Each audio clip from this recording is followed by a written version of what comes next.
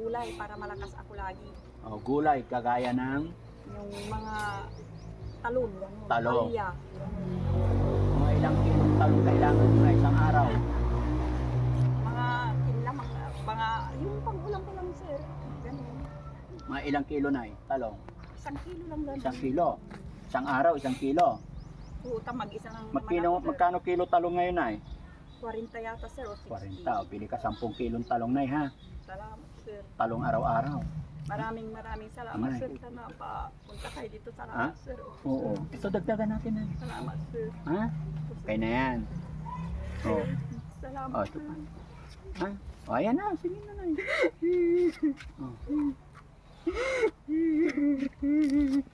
Tanggapin mo.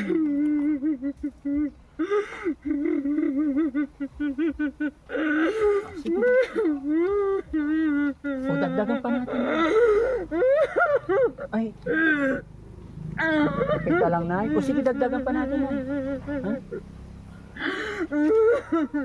Maraming salamat, sir. Kayo ang blessings na dumating sa aking buhay. Salamat, Oo. sir, ng napakasakaya ko sa araw na ito. Napakasaya. Dahil kahit isang linggo na hindi ako maglalabas, sir. Oo. Huwag na sa akin, sir.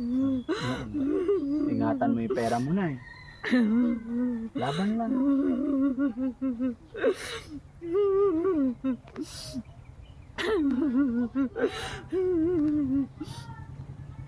Salamat, maraming salamat, sir. Walang ano man para sa'yo talaga yan. Alam ko yung hirap na pinagdadaanan niyo po. Pero labanan lang natin ay, no? Opo, sir. Loobin sana ng Panginoon na makabalik pa kami ulit dito para kung ano pa pwedeng itulong ko kay nanay, no? At yun, mga kababayan, mga kabarangay, maraming salamat. At isa na naman na natulungan natin, isa nating senior, dahil si nanay ay 63 na pero naglalaba pa. Ayon nga po sa kanya, mula nung kanyang pagkabata hanggang ngayon hindi daw siya nakaranas ng kaginhawaan sa buhay. Pero ang masasabi ko lang, 63 years old, malakas pa, okay pa yung paningin, okay pa yung panlasa, ay napakalaking biyaya na yun sa ating Panginoon. Nay? Salamat, sir. Maraming salamat, sir. Ito na siguro ang hinihingi sa Panginoon na blessings para sa akin na dinadalain ko sa gabi-gabi, sir. Salamat. At dumating kayo sa tahanan. Salamat, sir. Maraming salamat. Pabuhat ito, Kuya Rizky, doon sa bahay ni nanay. Sige na, ihatid namin to sa bahay mo. Babayan, may isa na naman ditong bibigyan ng bigas. Isang nanay na pinagkaluban ni Daddy Frankie ng isang sakong bigas, mga kababayan. Ayan, dinala ni Kuya RSK. Ayan. Shoutout po sa lahat ng masipag na Kuya RSK.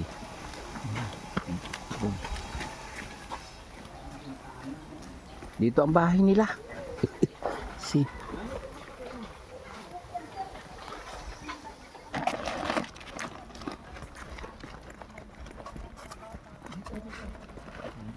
Hindi mo inaalisan. So, Nay, Kaya pagpas... umalis sila ako kanina, sir, bumili ako ng ulam kasi hindi pa ako nanghalian. At namalansa pa ako eh. Namalansya ka pa. Pupo, sir, doon sa... Anong ulam nyo kanina pa ng halian? Wala pa, sir, hindi pa ako kumain. Bumibila pa ako nung dumating kayo doon sa nandun na po ako sa Garita. Bigla Nandiyan kami na- dumating. Nanay, maraming salamat Salamat at nakilala ka namin. Salamat sa pagkwento mo ng buhay namin. Kaya na aking sinabi na ano man nangyayari, laban lang po tayo. At ipag-pray natin kay God na hanggang ngayon buhay pa tayo, nakakahinga pa tayo. Yung araw-araw na paggising pa lang natin, yung pagdating ng umaga, nagising tayong malakas at humihinga pa, ay napakalaking blessing na kay God. No? So, Nay, ako po si Daddy Frankie. Pasensya ka na kung naabala ka namin ngayon. Kami ay nag-iikot-ikot na mamasyal sa ating mga lolo't lola. Sana sa araw na ito ay napasaya kita at nakatulong ako kahit sa araw lang na ito. No? Nay, may bibigay ako pambili. Maraming salamat, sir. Opo, bigyan kita ng pambiling ulam. Salamat, sir. Ano ba paborito ulam ni nanay? Kahit ano, sir, gusto ko yung mga gulay para malakas ako lagi. Gulay, kagaya ng Yung mga talong, gano'n. Talong. Palya, gano'n. mga ilang kilong talong kailangan mo na isang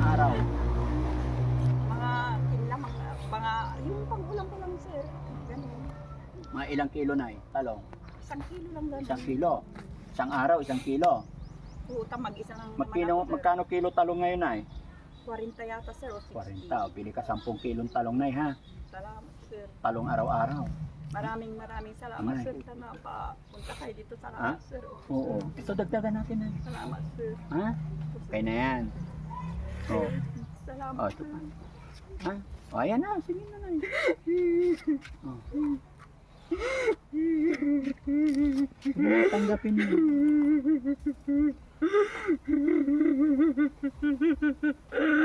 Sige. O, dagdagan pa natin. Ay. Kita lang na. O, sige, dagdagan pa natin. Ha? Maraming salamat, sir. Kayo ang blessings na dumating sa aking buhay. Salamat, Oo. sir, ng napakasakaya ko sa araw na ito. Napakasarap. Dahil kahit isang linggo na hindi ako maglalabas, sir. Oo. Huwag na sa akin, sir. Ingatan mo yung pera mo na eh. Laban lang.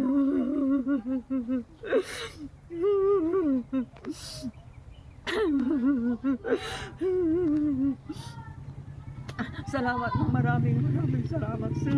Walang ano man ay para sa'yo talaga yan. Alam ko yung hirap na pinagdadaanan niyo po. Pero labanan lang natin ay no? Opo, sir. Loobin sana ng Panginoon na makabalik pa kami ulit dito para kung ano pa pwedeng itulong ko kay nanay. No? Sir. At yun, mga kababayan, mga kabarangay, maraming salamat.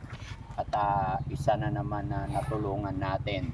Isa nating senior. Dahil si nanay ay 63 na, pero naglalaba pa. Ayon nga po sa kanya, mula nung kanyang pagkabata hanggang ngayon, hindi daw siya nakaranas ng kaginhawaan sa buhay.